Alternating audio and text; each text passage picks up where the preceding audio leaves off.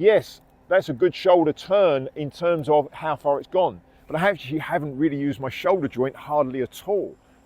This is a popular drill to help you get better awareness of your body turn, and for good reason. But if you're looking to hit the ball further because you think you're not turning properly, it may not give you the answer you're looking for. So I'd like to explain why and give you an alternative, a way that is true anatomy to help you be able to generate the power you want with your driver.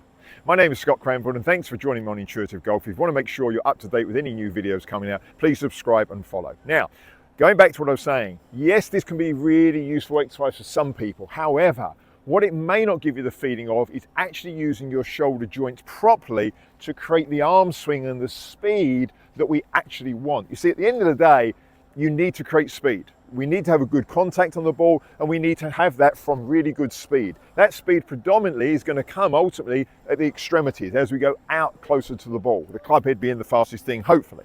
Okay, now if our shoulders are not working properly, and I'm not talking about where the shoulders turn to, you see in here, yes, that's a good shoulder turn in terms of how far it's gone, but I actually haven't really used my shoulder joint hardly at all. Whereas if I was to do this, now I'm really feeling the shoulder turn through my shoulder joint. That's going to get my arm swinging much more. My arm's going to have much more flow and swing. So we're going to look at how do you develop the feeling to actually get your shoulder joints working more effectively, to get them rotating inwardly and outwardly, that then allows the arms to begin to swing with more flow, more momentum, which by the way will help your body weight get through the shot much better, but it's going to give you the speed if that is what your goal is. So here's how I'm going to encourage you to do that. First, we're going to start with something easy. You've got to build all these things up very, very gradually, okay? So even in the time I'm going to give here, you want to take much more time than what I'm sharing just to really build something up. So number one, just put your arm in front. So for a right-handed golfer, put your lead arm in front first of all. Keep pretty much the back of your hand, your arm and your shoulder always one unit, and just start to be able to swing it. Imagine this is 6 o'clock on a clock face, just swing it from 5 o'clock or 7 o'clock to 5 o'clock. Just like that, no more than that. Now in that small movement, begin to ask yourself, can I actually feel my shoulder joint rotating in and out? Can I actually feel the joint? Not what I see the shoulder do, that's different. Can I actually feel it? And if you can't, just stay with it for a while. Mentally, you might have to close your eyes, really find that shoulder joint and begin to move it. Let it turn in and out. And as it does so, it will create a rotation in the arm, the forearm, and you'll create a swing. And that swing will start to freewheel a little bit. Now, that could feel a lot freer than what you're used to, which in one hand could feel a bit out of control, and that could create concern.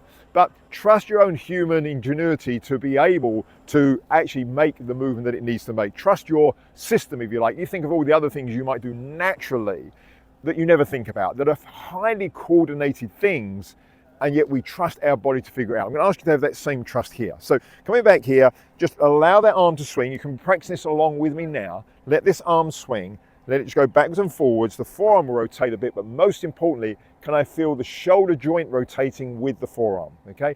Now, if you're not using the forearm, the chances are you'll end up doing this. You'll end up bending the arm too much, or you'll get very, very wristy, okay? So just pick out and become aware of that.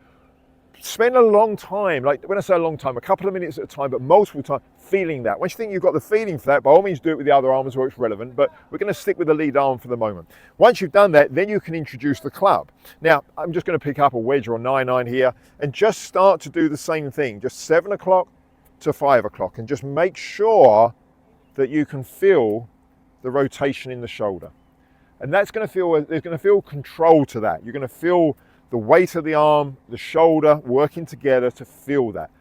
Once you've got that, then of course you can build it up. But once you feel you've done a few, then just hit a few short shots with just that feeling. So really tune into the shoulder and just let it go through there. And then as I say, you can gradually build that up. But as you build it up, here becomes the challenge. Make sure your focus stays on the feeling internally of the shoulder and the arm moving. Don't get distracted by the ball. You do that, you're not really going to be doing what it is you think you want to do. So that's really, really important. So just let that build up, and eventually, yes, you can go to a longer swing, but I wouldn't go much more than halfway, 9 o'clock to 3 o'clock.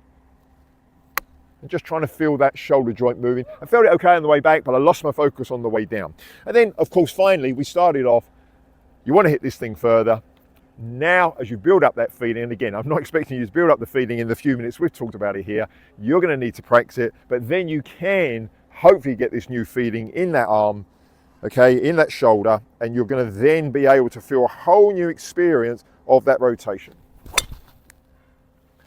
Okay, and then hopefully the difference you'll notice, you'll feel new momentum, a new flow, a new rhythm with a lot of speed, but hopefully not too much effort. Okay, hope you enjoyed that. Again, please hit the subscribe and follow button so you kept up to date with all the videos that are coming up. But please, most importantly, let me know how you find it. Is it working for you? Is it helping? Share what your experience is when you've tried it and you've practiced it for a little while. Thank you.